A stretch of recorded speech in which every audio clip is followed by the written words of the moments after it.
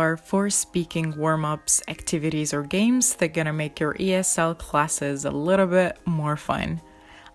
I made sure that these 4 activities are so easy to do because I feel ya, dear fellow teachers. Being a teacher takes up all of your time, so I'm here to save some of your precious time and at the same time help you have great classes.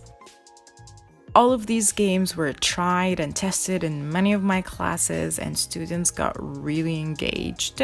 So let's dive in. The first activity is alternate ending. Pick some famous stories or tales like the story of Cinderella, Snow White, or any popular fiction.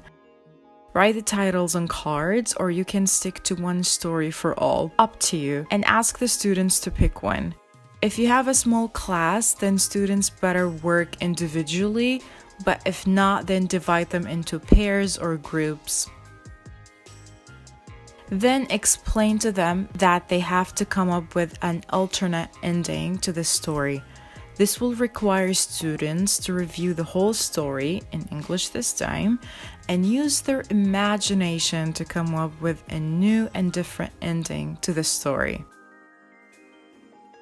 So instead of Cinderella getting married to Prince Charming and living happily ever after, students need to expand their creative skills and imagine the same story, however, with an ending all their own.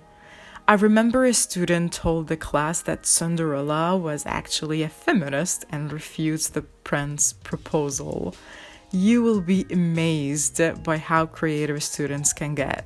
This is a funny activity and all you gotta do is just write some titles on cards. The second one is commercial time.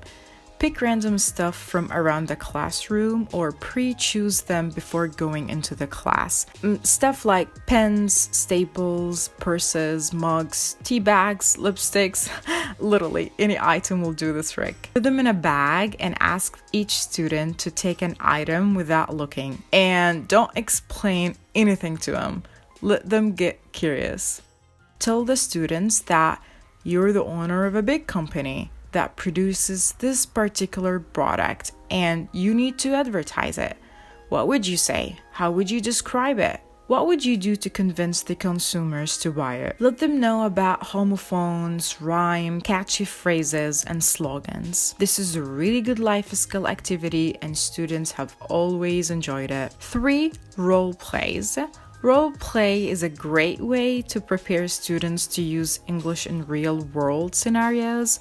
I'm pretty sure you know how this activity works. You give each pair of students a conversation topic and they have to come up with a dialogue. Give them enough time to discuss and prepare.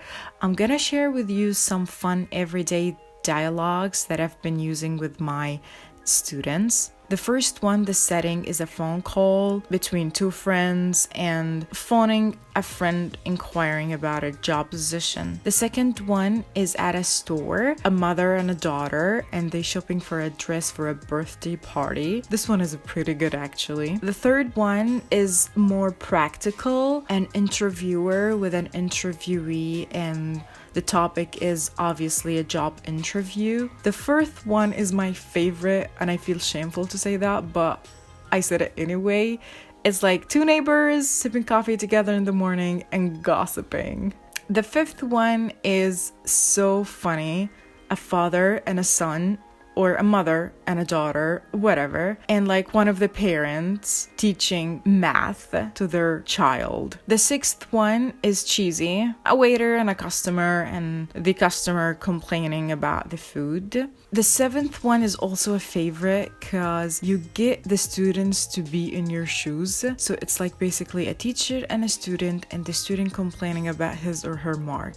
The last one is in a taxi between a driver and a passenger, and the topic is given directions. The last activity is 2 words for 2 minutes. Let me explain. You'll distribute some cards that has 2 to 3 words maximum, like these ones. Ask the students to talk about it for 2 minutes non-stop, and I usually set my timer for them. I think it's challenging in terms of fluency, and I love it because it encourages the students to communicate the meaning rather than how many mistakes they make in grammar, pronunciation, and vocabulary. I believe fluency is important, and in this particular activity, students are not only practicing fluency, but also expressing their own ideas on different topics. If they're lower levels, give them some time to prepare, or they can do it at home and present it the next class. But with higher levels, allow a 2-minute preparation time, and they should do it on the same day. That's pretty it, dear teachers. I know you're awesome and you got a bunch of other activities, but I hope I added something fun, inspiring, and new. Thank you for your time, and I'm positive you're just great being a teacher.